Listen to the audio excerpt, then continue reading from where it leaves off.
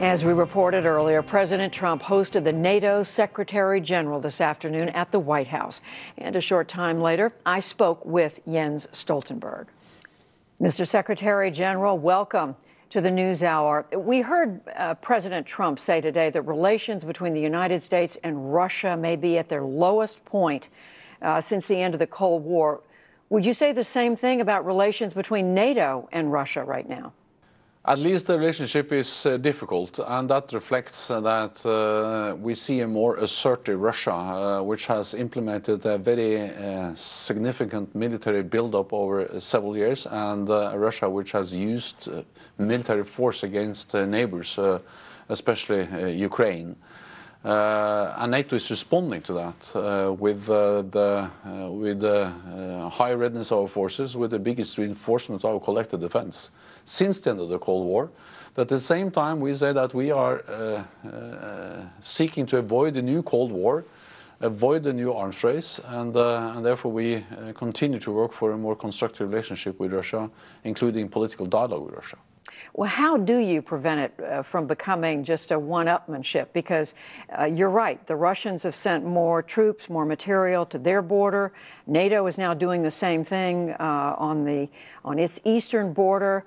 How does this thing how do you keep it from spiraling out of control?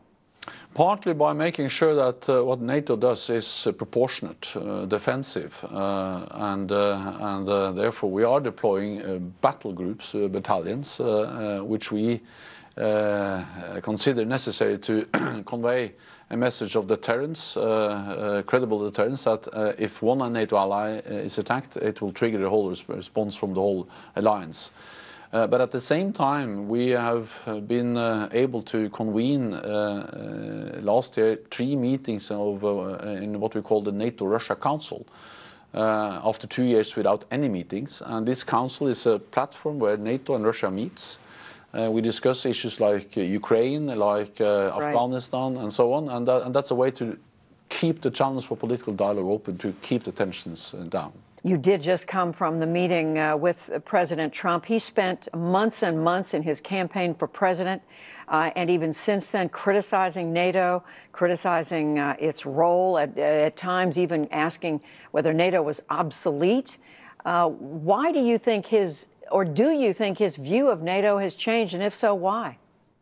I welcome the fact that he has clearly stated today that NATO is not obsolete, and I think also that reflects that NATO is adapting. NATO is the most successful alliance in history because we have been able to change, to adapt when the world is changing. And now NATO is stepping up its effort in the global fight against terrorism, and we are responding to a more assertive Russia with an increase of our collective defense and more presence in the eastern part of the alliance.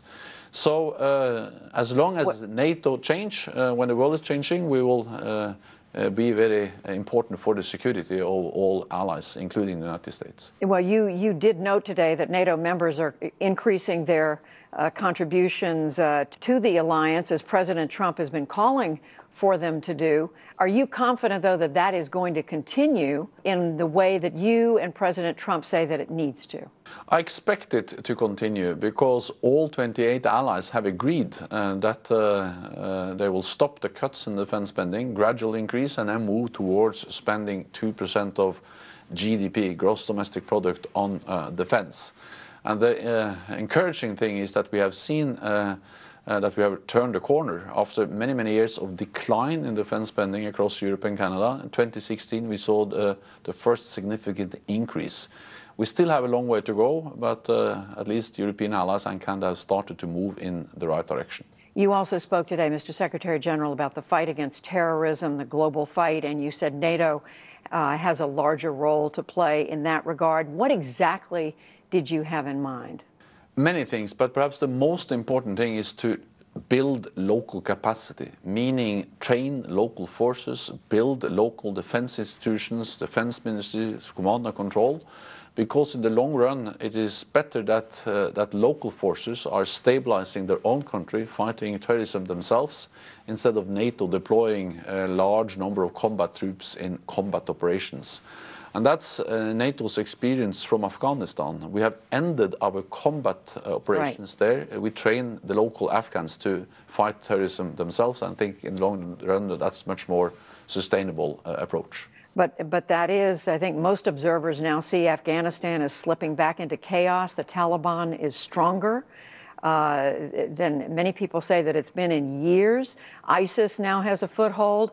But you're saying that that's not a reason for NATO to get involved? I'm saying that there are many difficult challenges in Afghanistan, and we still have Taliban, we still have terrorist organizations there, and we will see violence and we will see a conflict there also in the coming years. But we have achieved at least two important things. Afghanistan is not longer a safe haven for international terrorists. We have a strong Afghan army which is fighting the terrorists and Taliban. And the second thing is that they are able to do that without us being there to conduct the combat operations.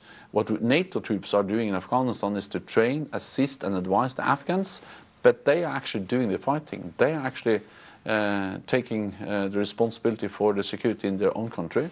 And that is a great achievement compared to what we saw just a few years ago, where NATO troops had to conduct the combat operations fighting Taliban. And you think that war is going in the right direction, though?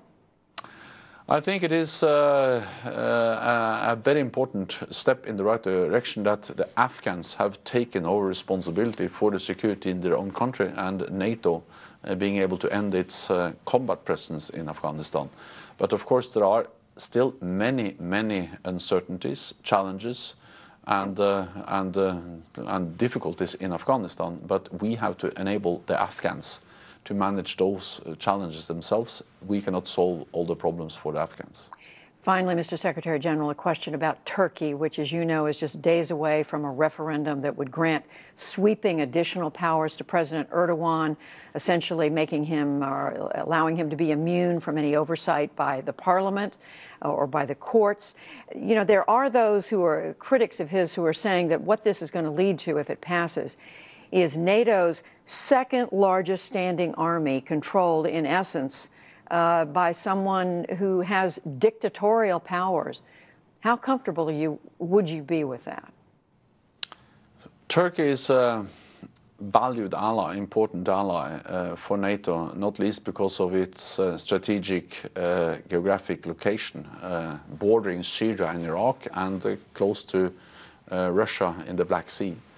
And we have to remember that Turkey has suffered many terrorist attacks, a failed coup attempt in July last year, and is the ally most affected by the instability, the violence we see in Syria and Iraq. Turkey has, of course, the right to protect itself against terrorism, against attacks, but I expect it to be done in a way which is in accordance with the rule of law, democratic values, and that is something I've expressed several times in meetings with the Turkish leaders. Jens Stoltenberg, who is the Secretary General for NATO, we thank you very much. Thank you so much.